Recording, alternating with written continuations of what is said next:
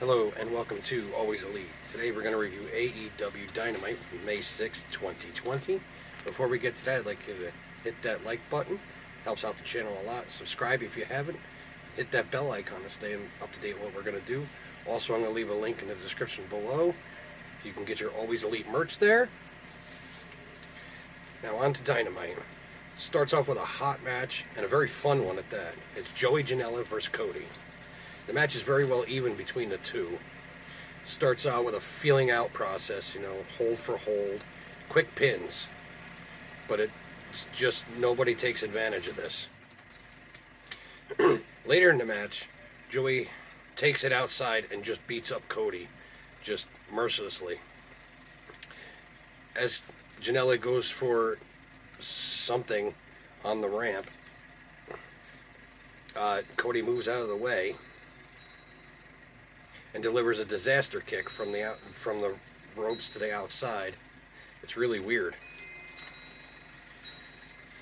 Back and forth it went for the rest of that match. No one really had the advantage ever, Finally, Cody was able to catch Janelle off guard and hits him with a crossroads for the win. Then there was a promo package about the women's division and who will be the next to take on the champ, Nyla Rose. Tony tries to talk to Nyla when she comes out, but she stops him immediately, says that it's her division, no one's going to take the title from her. So then Nyla just walks to the ring, and we start a match there. It's Nyla versus Kenzie Page. I don't know who that is. Maybe you guys could tell me. This is obviously a squash match for Nyla, which, in case you haven't noticed, it was. If you didn't see it, well, it lasted about 3 minutes. Nyla hits a senton from the top, 3 beast bombs and a pin for the win. Then we get a video of MJF talking about how he's the man and he doesn't want to be compared to legends like Ric Flair and The Rock. Yes, he said The Rock. He says he is the legend at 24 years old and he'll be back on Dynamite next week to sit on his throne as the legend. I thought that was kind of interesting. Then it's Shawn Spears talking about Dustin and his match last week, how he blames Cody for what happened to Dustin. After that, MJF and Shawn are at ringside, and they're talking, I guess, to Tony. MJF and Shawn just compliment each other how good they each are. It's really funny. And then Tony happens to say, well, MJF has to face Jungle Boy at Double or Nothing. And it looks like MJF pooped himself because his face got really, really red and he was really angry. Next up, it was Jon Moxley versus Frankie KAZARIAN.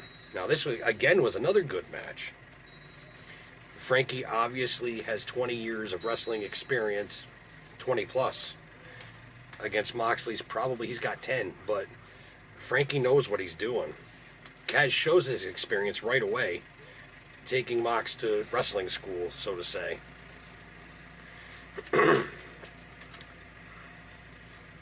Kaz gets dumped on the outside, and it looks like he may have injured his knee. And Mox takes full advantage of that throughout the entire break. Back and forth, late half of the match, but it was Mox with a paradigm shift for the win. After the match, the Dark Order come out and attack Mox and all of SCU. Brody Lee then comes out and lays waste to Moxley, says he's here to answer Moxley's challenge on who's going to face him.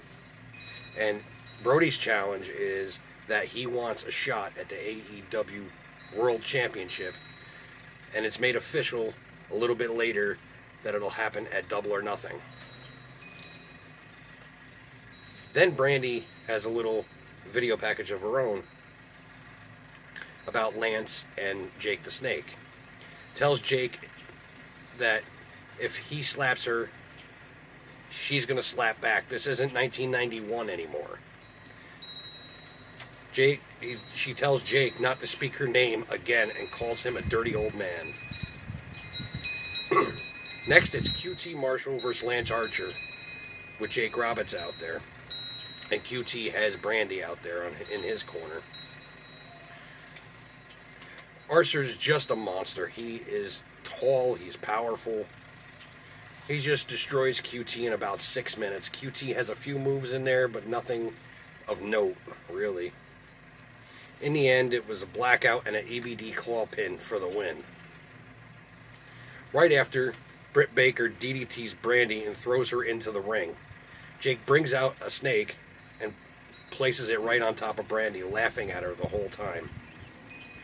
Some show of symbolism, I think. Taz tries to talk to Darby Allin next. Darby will have none of it and just walks away. He's so angry that he lost to Cody the previous week. Then it's main event time. It's Chris Jericho and Sammy Guevara versus Kenny Omega and Matt Hardy. Yes, you heard that right, Matt Hardy. Now, if you haven't seen his little video before tonight's match, I suggest you go and watch that on YouTube at Matt Hardy brand. Just go and watch it. It was amazing. At least in my eyes, it was amazing. And they fought, and this match was a street fight.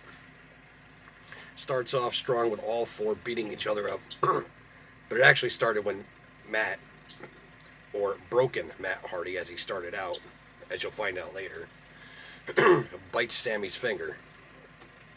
Jericho takes care of Broken Matt Hardy early. Jericho and Sammy then beat up on Omega for a while.